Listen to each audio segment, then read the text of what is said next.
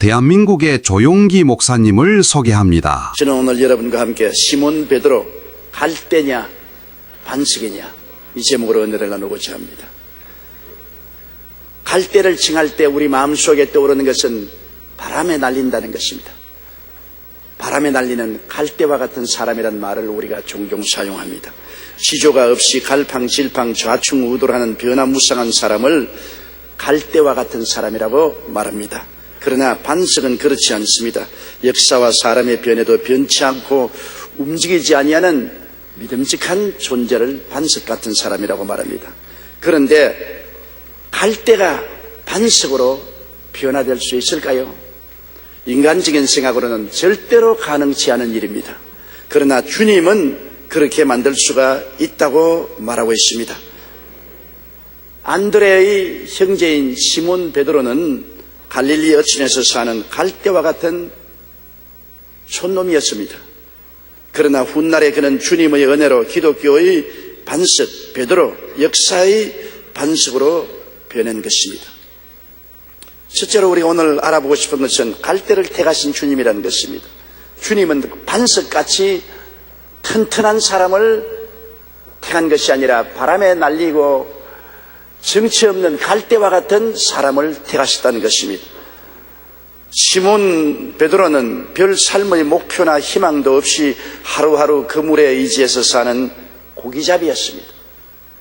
그는 삶의 목적도 방향도 가치도 없는 그냥 그대로 사는 사람이었습니다. 마가복음 1장 16절로 11절에 갈릴리 해변을 지나가시다가 시몬과 그 형제 안드레가 바다에 그물 던지는 것을 보시니 그들은 어부라. 예수께서 이르시되 나를 따라오라. 내가 너희로 사람을 낚는 어부가 되게 하리라 하시니라고 기록되어 있습니다. 시몬 베드로의 삶을 우리가 가만히 성경을 통해서 추측해 볼 때 그는 희노애락의 감성이 풍부한 사람이었습니다. 잘 웃고 성도 잘 내고 또 눈물도 잘 흘리고 희희낙낙하는 이제 희노애락의 감정이 풍부한 사람으로 우리 마음속에 이미지가 떠오릅니다. 그리고 성격의 기복이 심했습니다. 금시 즐거워하다가 순식간에 슬퍼하고 금시 사랑하다가 즉시로 돌이켜서 미워하고 금시 지지한다고 했다가 당장 돌아서서 반대하고 하는 감정적인 기복이 심한 사람이었습니다. 그러나 시몬 베드로는 소탈한 성격의 소유자여서 옷이 없는 사람 보면 자기 옷을 벗어서 주고 하루 종일 잡은 고기도 가난한 사람 보면 그대로 그 값을 도와주고 하는 소탈한 성격의 사람이었습니다. 욕심이 없는 사람이었습니다. 그리고 굉장히 부인을 사랑하는 애처가였습니다. 처갓집 식구를 집에 다 데리고 그는 생활하는 애처가였습니다. 교육은 별로 받은 것이 없고 생활이 가난해서 하루하루 고기잡이로서 살아나가는 그러한 사람이었습니다. 레슬리 클릭은 베드로에 대하여 갈릴리 호수 같은 사람이라고 평했습니다. 갈릴리 호수는 사람들이 갈릴리 바다라고 부를 정도로 변덕이 심합니다. 조용하다가도 폭풍이 불면 엄청난 파도가 몰아칩니다. 레슬리 클릭은 베드로가 이같이 갈릴리 호수처럼 종잡을 수 없다고 해서 그렇게 비유한 것입니다. 베드로는 조용하라면 깨어 있었고 참으라면 분을 내고 그리스도를 인정해야 할 때는 부인하기도 했습니다. 이처럼 고기잡이 베드로는 희노애락의 감성이 풍부하고 성격의 기복이 심한 사람이었습니다. 그러나 이러한 갈대를 주님께서 부르신 것입니다. 오늘 우리가 생각할 때 주님이 사람을 잘못 보신 것이 아닌가 의심할 정도인 것입니다. 모든 갈릴리 사람들은 이 시몬이야말로 갈대와 같은 사람인 것을 알고 있는데 적어도 하늘나라를 세우려면 좀 반석 같은 사람을 택해야지 저렇게 바람에 날리는 갈대와 같이 변화무쌍한 사람을 택하느냐 그렇게 질문하실 것입니다. 그러나 주님은 시몬 베드로 갈대를 택한 것입니다. 그 형제 안드레의 소개로 예수님을 뵙고 주님의 부르심을 받았습니다. 요한복음 1장 40절로 42절에 세례 요한의 말을 듣고 예수를 따르는 두 사람 중에 하나는 시몬 베드로의 형제 안드레라. 그가 먼저 자기의 형제 시몬을 찾아 말하되 우리가 메시아를 만났다 그렇게 말했습니다. 그리고 데리고 예수께로 오니 예수께서 보시고 이르시되 내가 요한의 아들 시몬이니 장차 게바라 하리라 하시니 게바는 베드로 즉 반석이라는 것입니다. 주님은 그가 갈 때인 것을 알고 있었습니다. 그러나 장차는 반석이 되리라고 주께서 예언하신 것입니다. 여러분, 그는 계산하지 않고 마음에 주님을 모시고 평생 직업도 버리고 다른 변화무쌍한 사람이었습니다. 신중하게 생각하는 사람은 주님이 오라고 한다고 해서 자기의 천직인 어부의 직분을 버리고 고기도 그물에 담아준 채 배도 버리고 처자를 생각지도 아니하고 그냥 고기 냄새가 풀풀 나는 입은 그대로 예수님을 따를 수 없습니다. 신중하게 생각하지 않았습니다. 일단 마음에 결단 내리면 좌우를 살펴보지 않고 결단 내린 대로 따라가는 그러한 형태의 시몬이었습니다. 그가 하루 종일 고기를 잡아도 잡지 못하고 밤새도록 고기를 잡아도 잡지 못하고 아침에 그물을 씻을 때 예수님이 배를 잠시 빌려서 그곳에서 말씀을 전하고 난 다음 깊은 곳에 가서 그물을 던져 고기를 잡으라고 할 때 시몬 베드로는 말하기를 주여 밤이 맞도록 그물을 던져도 잡은 것이 없다고 항변을 하니 주님이 강하게 시몬을 쳐다보니까 그 위협에 눌려서 주께서 말씀하시니 그물을 내리리이다 하고 깊은 곳에서 그물을 던지니 고기가 많이 잡히니까 예수님이 하나님이신 것을 알고 그 자리에 무릎을 꿇어 나는 죄인입니다. 죄 덩어리입니다. 나를 떠나소서. 그때 주님이 이제부터 너는 사람을 낚는 어부가 되리라고 하시니 그 가득히 잡은 물고기를 그대로 배에 담아둔 채 배 그대로 두고 예수님을 따라 나신 것입니다. 누가복음 5장 10절로 11절에 예수께서 시몬에게 이르시되 무서워하지 말라. 이제 우리는 내가 사람을 취하리라 하니 그들이 배를 육지에 대고 모든 것을 버려두고 예수를 따르니라. 참 생각이 어렵습니다. 실컷 잡아서 고기가 가득한 그 배를 고기채 그대로 두고 그물도 그대로 두고 예수님을 따랐습니다. 12세기의 선교를 고치시겠던 오스트리아의 폰 웰츠 남작은 예수님을 만난 후 그의 삶을 헌신하며 이렇게 말했습니다. 내가 예수 안에서 다시 태어난 지금 가문 좋다는 것이 나에게 무엇이냐? 내가 그리스도의 종이 되고자 할 때 귀족의 자기가 내게 무슨 소용이 있느냐?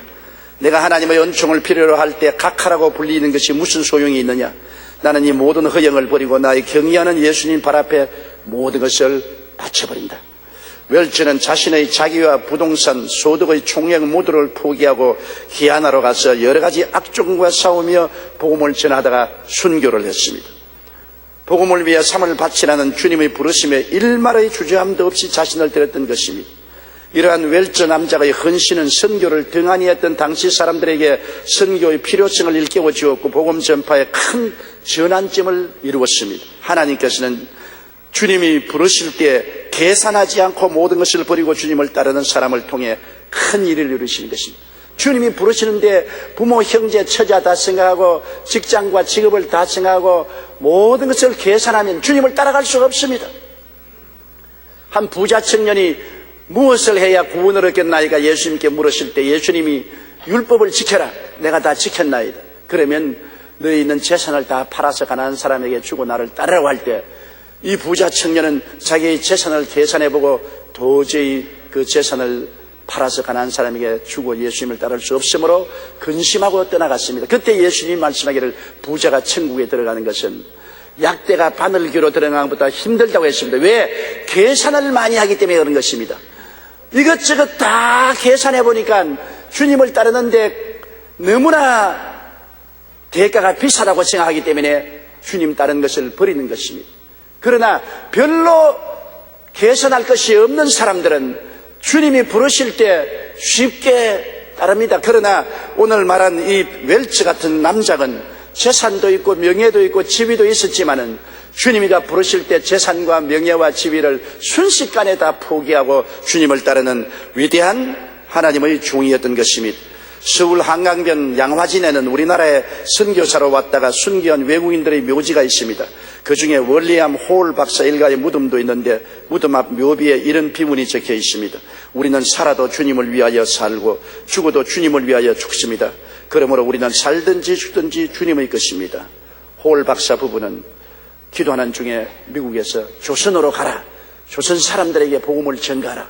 이 명령을 듣고 모든 직업을 버리고 부모 형제를 떠나서 배를 타고 조선까지 왔습니다. 그들이 왔을 때는 청일 전쟁 후에 평양 일대에 콜레라가 발생하여 많은 사람이 죽어가고 있었습니다. 호월 박사는 주야로 콜레라에 들린 조선 사람을 치료하다가 화로해서 심장마비로 세상을 떴습니다. 아내 로제타 호월은 남편의 죽음에 굴하지 않고 끝까지 조선을 섬겼습니다. 그녀는 한국 최초의 여의사 박에스더를 길러냈고 한국 최초의 여자의학 교육기관인 경성여자의학전문학교, 오늘날 고려 이과대학 전신입니다. 를 설립했고 또 시각장애인들을 위해 점자교육도 보급시켰습니다. 그녀의 아들 세우도 홀 역시 부모의 뒤를 이어 의학을 공부하고 한국에 와서 많은 환자들을 돌보았습니다. 해주의 혈액 요양소를 운영하면서 지금 우리가 크리스마스 때마다 사는 크리스마스 시위를 만들어 혈액 퇴치에 전력을 기울였었습니다. 이처럼 하나님의 부르심에 이들 일가족은 생명을 다해 헌신했습니다. 미국에서 편안하게 살 수가 있고 가족들과 친지들과 같이 지낼 수 있는데도 불구하고 그때 미개하고 지도에 잘 나타나지도 않던 조선이라는 나라에 하나님이 부르심을 받자 온 가족이 헌신해서 일생을 바치고 무덤도 양화진에 묻혀있는 것입니다. 이들은 하나님이 부르실 때 계산하지 않았습니다. 하나님의 부르심 자체를 그대로 받아들이고 모든 것을 뒤로 두고 주님을 따른 사람들인 것입니다. 주님은 주님의 부르심에 계산하지 않고 자기를 버리고 즉시로 순종하는 자들을 통해 하늘나라를 확장하는 것입니다. 시몬 베드로는 예수님을 모시고 비로소 삶의 목표와 희망을 느꼈습니다. 그는 갈대와 같이 바람 부는 대로 물결 치는 대로 살았습니다. 인생의 희망도 목적도 없었는데 예수님을 만나고 난 다음에 그는 가슴이 뜨거워졌습니다. 모든 것을 버렸지만은 그 마음속에 희망이 생기고 삶의 목적이 생겨난 것입니다. 많은 사람들이 한때 시험에 들어 예수님을 버릴 때 예수님이 제 아들 보시고 더구나 베드로를 보시고 너도 나를 떠나겠느냐고 물을 때 베드로가 한 말을 한번 들어보십시오.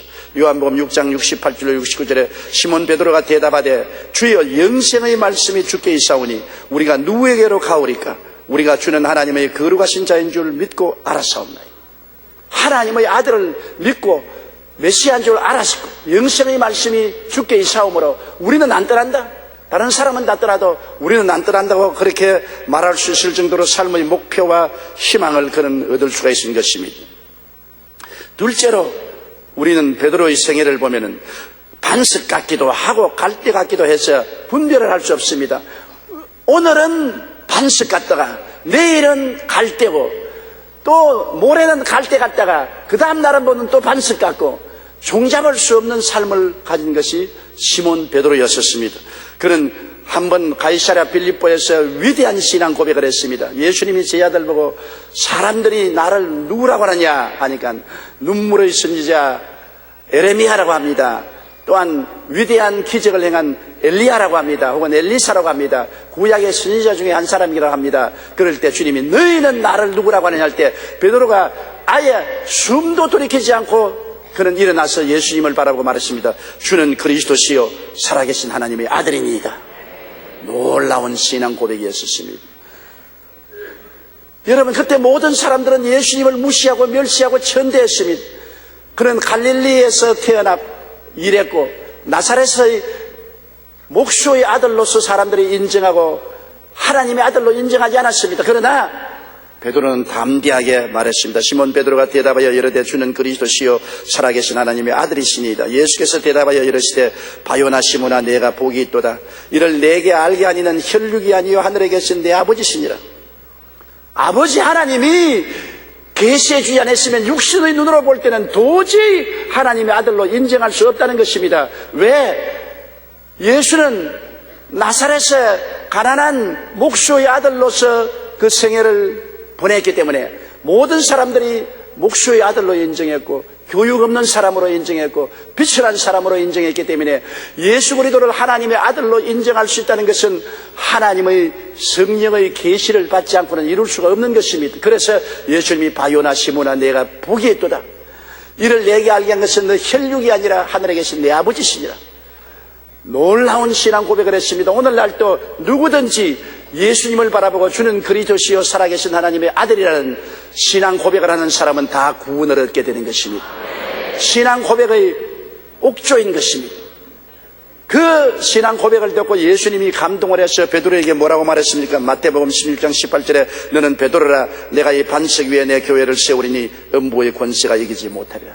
바로 그 신앙 고백이 반석입니다. 흔들리지 않은 반석, 변하지 않은 반석이 주는 그리스도시요 살아계신 하나님의 아들이라는 신앙 고백인 것입니다. 이 반석 위에 내 교회를 세우리니 음부의 권세가 이기지 못하는 것입니다.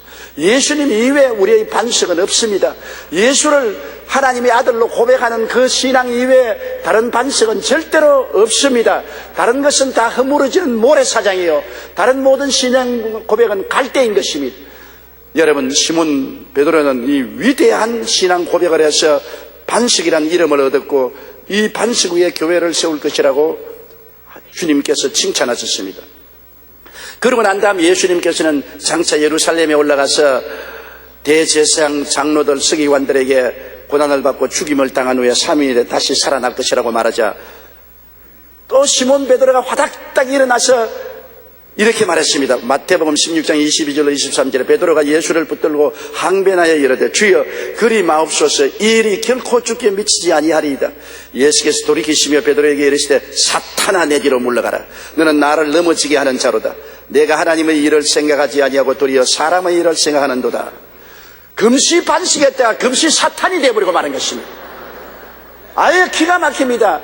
조금 전에 하나님의 계시를 받고 주는 그리스도시요 살아계신 하나님의 아들이라고 고백하고 난 다음 예수님이 내가 장차 예루살렘에 가서 대제사장 바리새교인 서기관들에게 팔려서 십자가에 못 박여 죽었으나 사흘 만에 부활하시려는 하나님의 계획을 설명할 때 정면으로 나서서 거부했습니다. 주여 그런 일이 있을 수가 없습니다.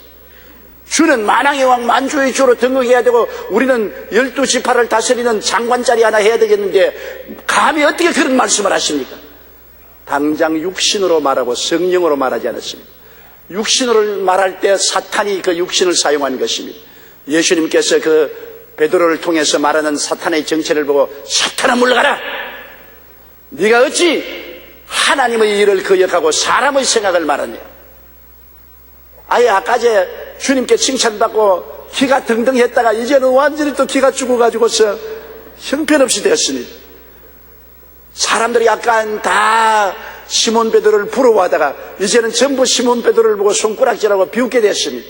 그렇게 변화무쌍합니다. 조금 전에 반석이었더니 이제는 또 변화무쌍한 갈대가 되고 마는 것입니다. 최후의 만찬 때 주님이 발 씻기는 것을 보시고 난 다음 그는 말하기를 주님 내 발은 못 씻깁니다. 절대 못 씻겨요. 다른 사람 발은 씻겨도 내 발은 못 씻깁니다. 그때 주님이 내가 너희 발을 씻기지 아니하면 너와 나는 상관이 없느니라. 예? 그러면 손도 머리도 씻겨주옵소서. 굉장히 감정의 기복이 심하지 않습니까? 조금 전에 발 못 씻긴다고 버티던 그가 발 못 씻기면 너와 상관이 없다고 하니까 이제는 머리를 내밀고 손을 내밀고 손도 대머리도 씻겨주시옵소서. 요한복음 14장 8절로 10절이 그렇게 기록하고 있습니다. 베드로가 이르되 내 발을 절대로 씻지 못하시리이다. 예수께서 대답하시되 내가 너를 씻어주지 아니하면 내가 나와 상관이 없느니라. 시몬 베드로가 이르되 주여 내 발뿐 아니라 손과 머리도 씻겨주옵소서. 예수께서 이르시되 이미 목욕한 자는 발밖에 씻을 필요가 없느니라. 온몸은 깨끗하니라고 하셨습니다. 그 다음 주님께서 너희 모든 사람들이 다 나를 배반하고 떠나리라고 말씀하자 베드로가 뭐라고 말했습니까?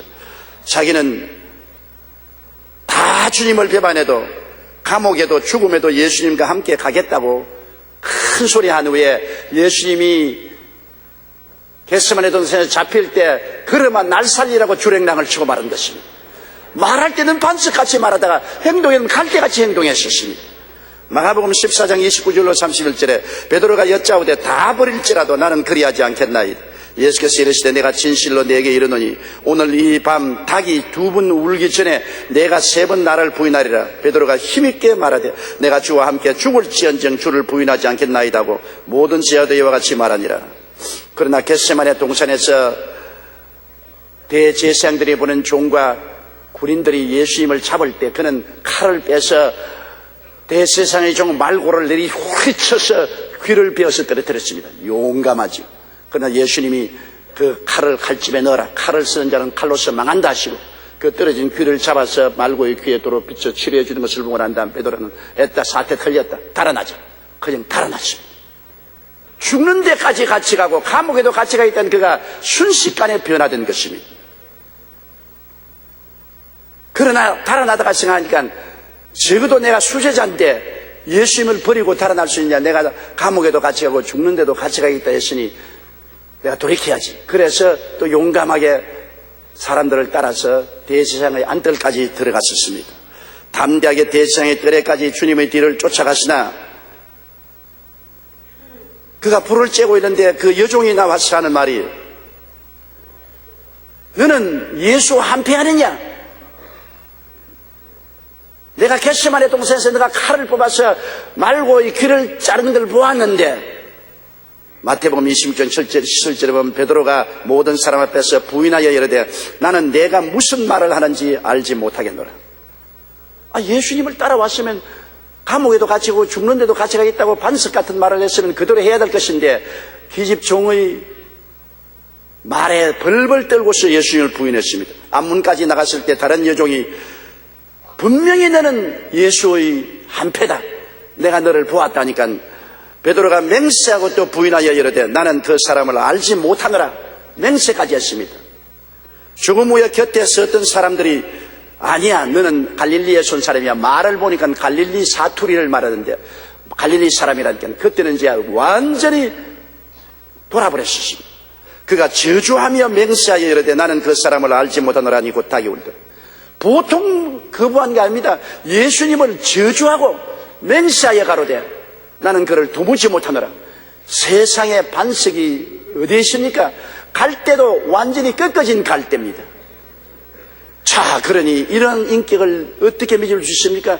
조금 전에 반석이었다가 조금 후에는 갈대가 되고 상태 좋으면 또 반석 같은 말을 했다가 상태 나쁘면 완전히 갈대같이 말을 하는 정처 없고 의지할 수 없는 사람이었습니다. 목숨을 구하려고 예수님을 저주하고 맹세하여 모른다고 한 사람 보십시오.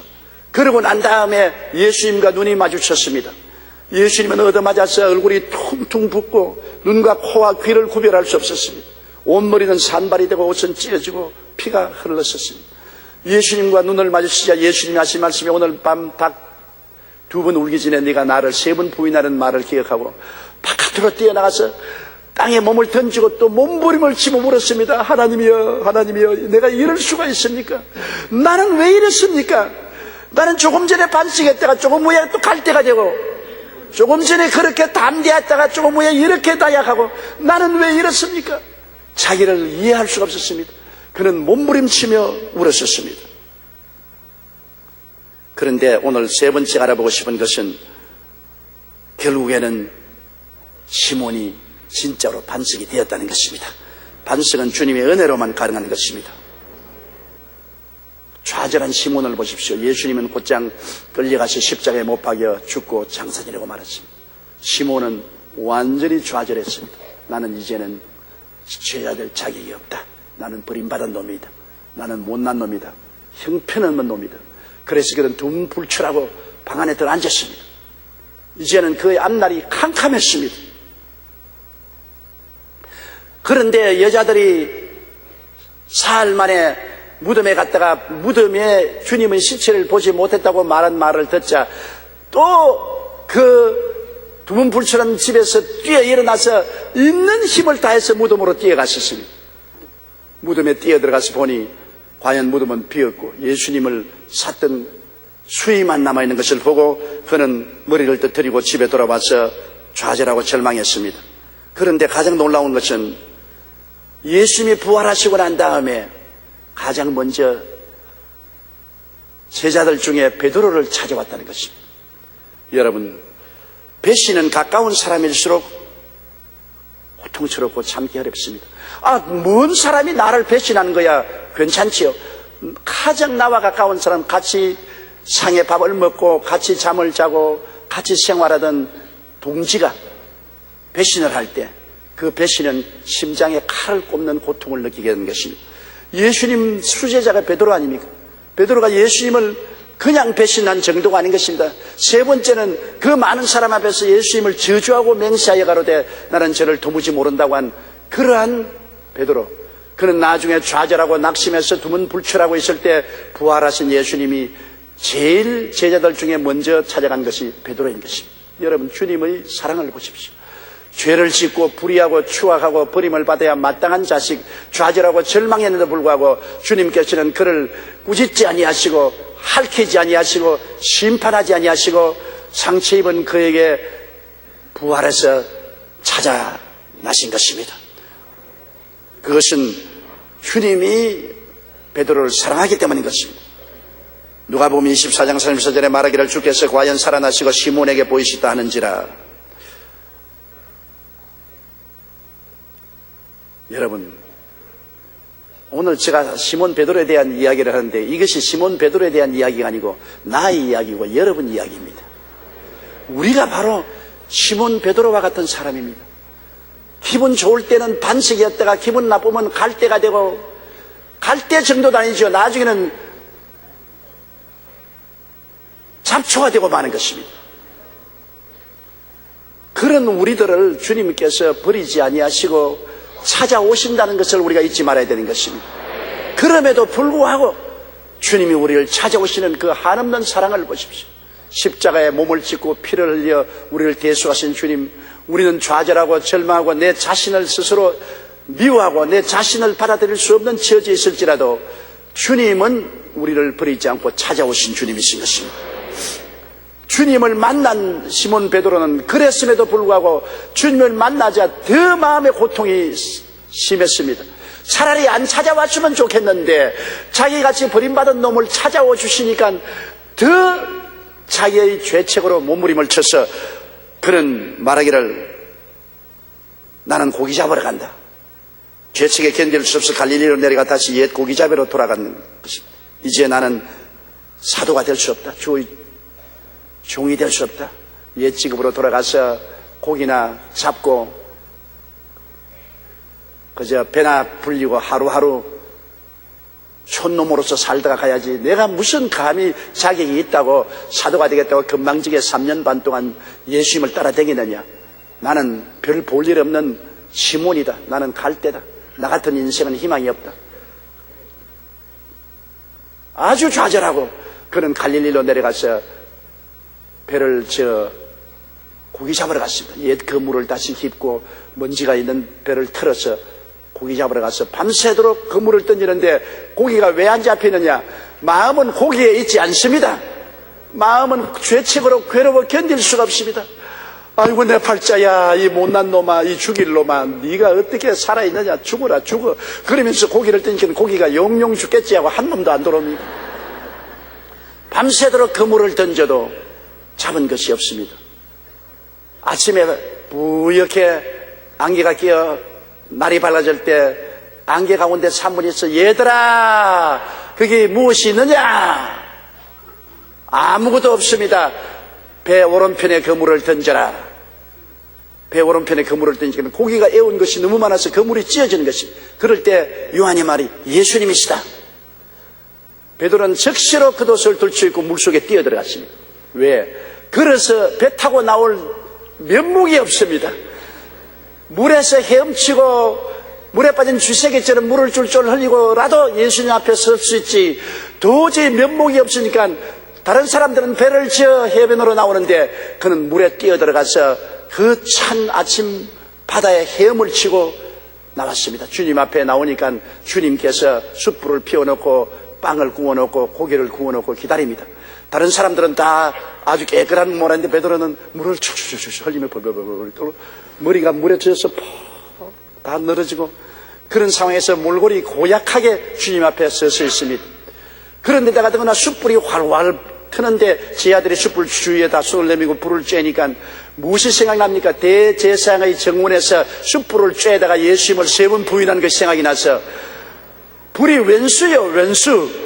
불을 보고 옛날이 기억이 나서 견딜 수가 없어 몸부림을 치니까 예수님이 시몬 베드로에게 숨쉴 기회를 주려고 시몬아 가서 방금 잡은 물고기를 좀 가져오너라. 예, 얼마나 좋습니까? 숨쉴 기회를 주니까 뛰어가서 그물을 거두어서 생선을 세알해버리니까 153마리라. 그 중에 생선 몇 마리를 가져오니까 주님이 불 위에 얹어 구워라. 그리고 떡을 나누어 주시고 고기를 구운 것을 주시면서 먹어라. 그리고 고기를 먹어라. 아무 말도 안 하시고 먼저 먹으라 했습니다. 우리 한국 사람들은 예배 드릴 때 언제나 예배 드리고 난 다음 밥을 먹는데, 주님은 밥을 먹여놓고 난 다음에 예배를 드리게 한 것입니다. 그래서 저는 언제나 우리 모임에 밥부터 먼저 먹습니다. 주님께서는 배고픈 사람 배부터 채워놓고 만족하게 난 다음에 그 다음 말씀을 하신 것이기 때문에 그 순서가 올바른 것입니다. 예수님이 제 아들에게 다 떡을 먹이고 생선을 먹게 하고 난 다음에 주님께서 이제 시몬 베드로에게 적극적으로 대화를 시작하는 것입니다. 시몬아, 이 모든 사람보다 너가 나를 더 사랑하느냐? 그 사랑이란 말은 아가페란 말을 썼습니다. 아가파오. 그것은 목숨을 바쳐서 사랑할 때 아가파오인 것입니다. 그때 시몬은 고개를 턱 뜨고, 주님, 나는 주님을 필레오합니다. 필레오는 아가파오가 아닙니다. 목숨을 바쳐 사랑하는 게 아니고 친구로서 사랑합니다. 왜? 옛날에 아가파오 한다 했다가 다 배반했거든. 자신이 없으니까 주님이 나를 아가파오 하느냐? 아니요, 필레오 합니다. 친구로 사랑합니다. 주님께서 그래? 좋다. 이 양무리를 쳐라.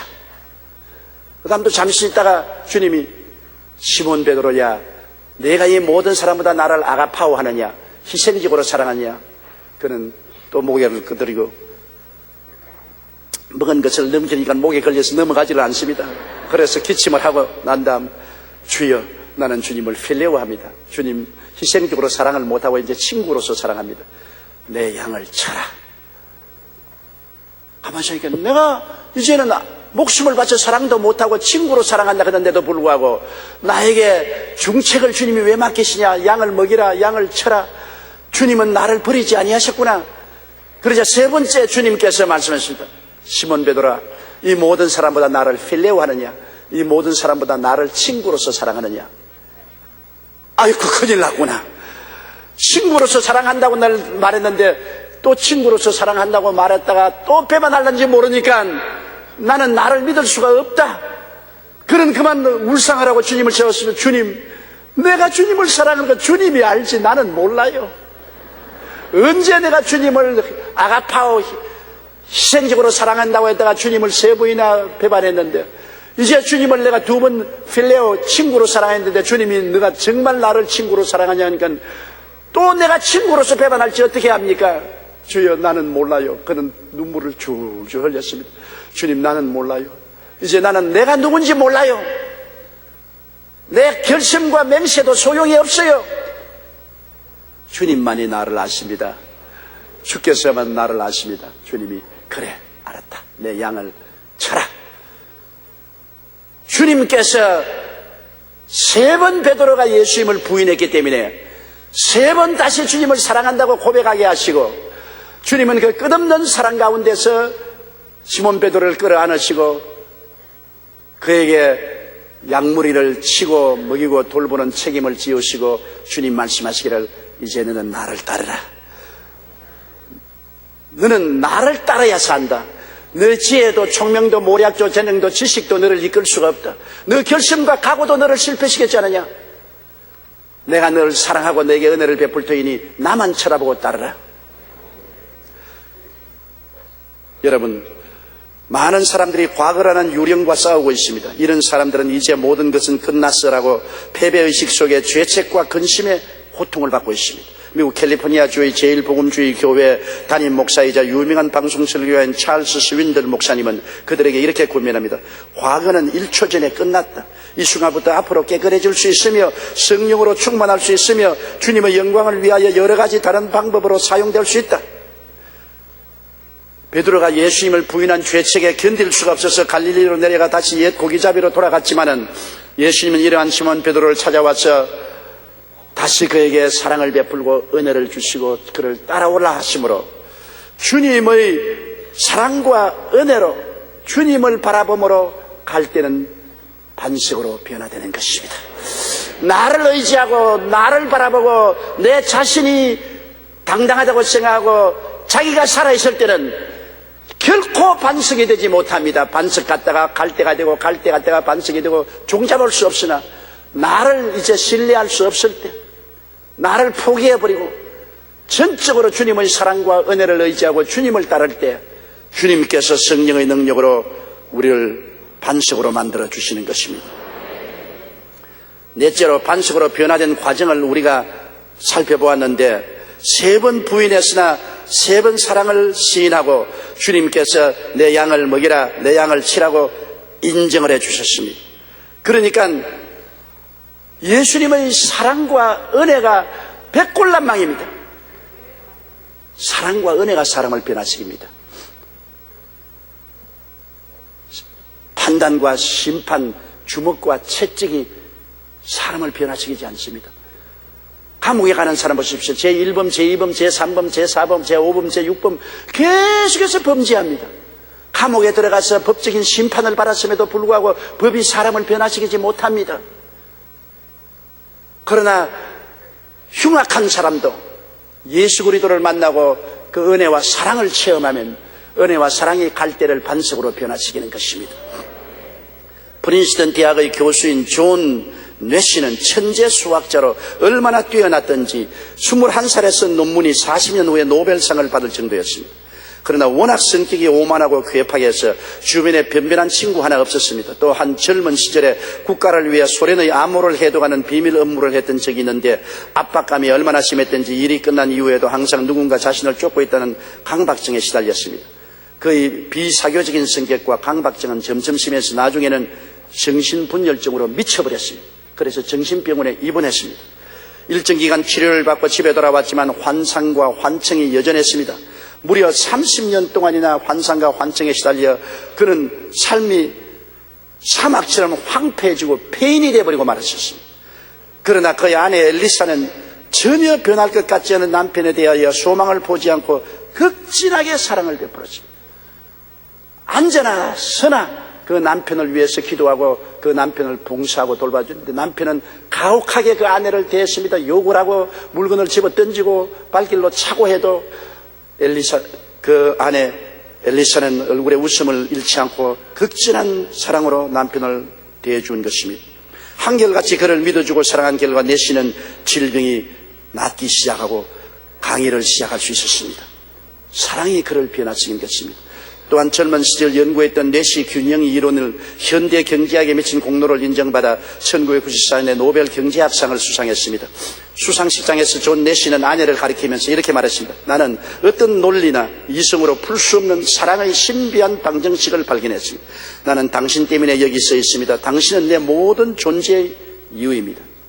모든 사람 앞에서 노벨 과학상을 받으면서 경제학상을 받으면서 그는 그 아내 엘리사를 향해서 그렇게 말한 것입니다.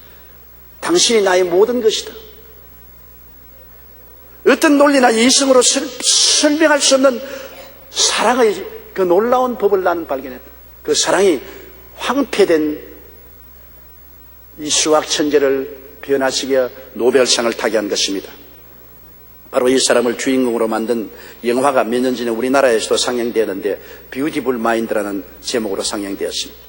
베드로는 위급한 상황에서 예수님을 3번이나 부인했지만 예수님을 다시 3번 긍정적으로 시인하고 그 마음이 죄책에서 해방되도록 주님이 도와주시고 주님이 한없는 은혜와 사랑을 부어주시고 나를 따르라고 이끌어 주심으로 그는 기어코 갈대에서 반석으로 변화되어 버리고 말한 것입니다.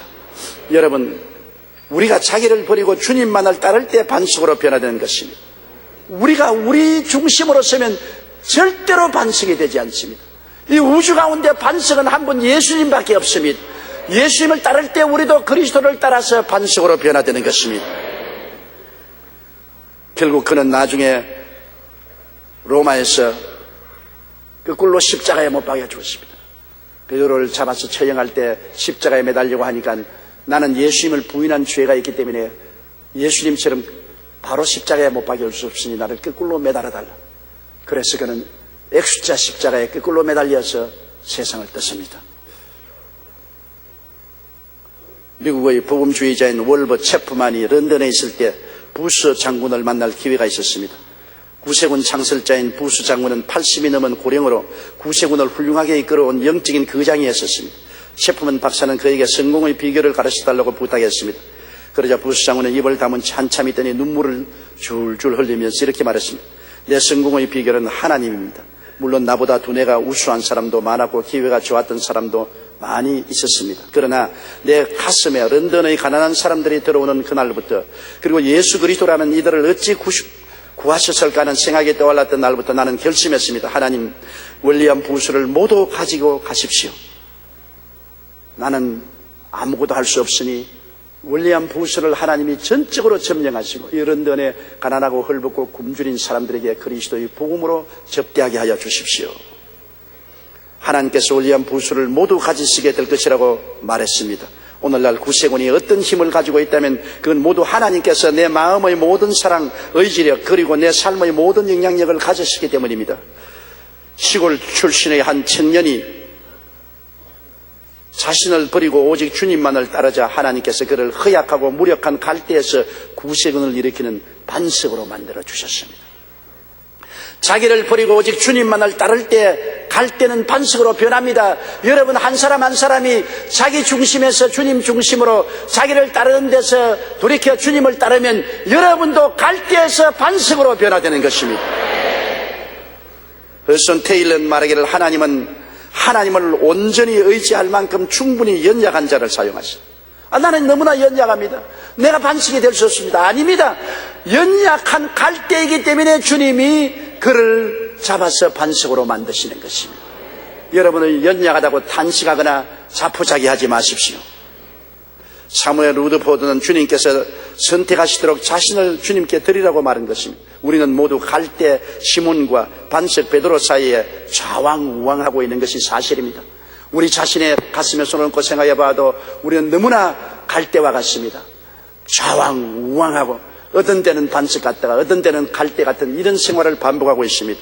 내 육신을 따라 내 중심으로 예수님을 믿으면 언제나 나는 갈대입니다. 그러나 많은 고통과 시련을 통하여 내라는 육신이 얼마나 허약한 것을 깨닫고 전폭적으로 주님을 의지하고 주님만을 따를 때 반석으로 변화되고 마는 것입니다.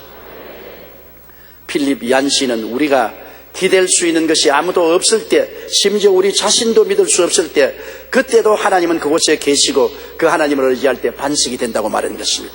5만 번의 기도 응답을 받았던 조지 뮬러는 이렇게 고백했습니다. 나는 아무것도 아닙니다. 나는 없는 것이 더 낫습니다. 그러나 예수 안에 있으면 모든 것이 가능합니다. 우리 모두 갈대 시몬과 반석 베드로 사이에 우왕좌왕하고 있습니다. 그러나 나라는 존재가 얼마나 나약한지를 깨닫고 전폭적으로 주님을 의지하면 주님은 그 끝없는 은혜와 사랑을 체험하게 해주셔서 우리를 반석으로 만드시는 것입니다. 우리는 주님의 채찍이 우리를 반석으로 만들지 않습니다. 꾸짖고 호통하는 것이 반석을 만들지 않습니다.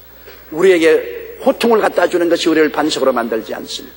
우리는 죄를 짓고 불의하고 추악하고 버림받고 주님을 따르지 못하고 우왕좌왕하고 부인하기도 하고 타락하기도 합니다만 끝없이 따라와서 우리를 사랑해 주시는 주님의 은혜를 내 가슴에 깨닫고 이제부터 주님을 따르겠다고 결심한 그 시간부터 반석으로 변화되는 것입니다. 주님의 은혜, 주님의 사랑을 가슴 속에 받아들이면 여러분은 주님을 따르게 되고 여러분은 이 산더 바람에 날리는 갈대와 같이 항상 변하지 아니하고 굳건한 반석이 되어서 하나님 영광을 돌리는 사람들이 될 것입니다. 다 같이 고개서 기도드리겠습니다. 사랑이 많으신 우리 아버지 하나님, 우리도 다 한때 갈대였습니다. 아니 지금도 갈대인 것인 사람들이 많습니다. 끊임없이 바람에 날려 이리 불고 저리 불고 이리 부딪히고 저리 부딪히는 갈대가 된 사람들이 너무나 많습니다. 오늘 예수님은 우리를 찾아오셔서 갈대된 우리들을 주님 반석으로 만드시기를 원하시는 줄 알고 있습니다. 하나님 아버지여, 십자가 앞에서 예수님의 그 크신 은혜와 한없는 사랑을 가슴 속에 받아들이고 자기를 포기하고 주님을 의지하고 주님을 따름으로 모두 다 갈대에서 반석이 되게 도와주시옵소서. 예수님 이름으로 기도드리옵나이다. 할렐루야. 아멘. 목사님 감사합니다. 구독과 좋아요는 제작하는 데 힘이 됩니다. 감사합니다.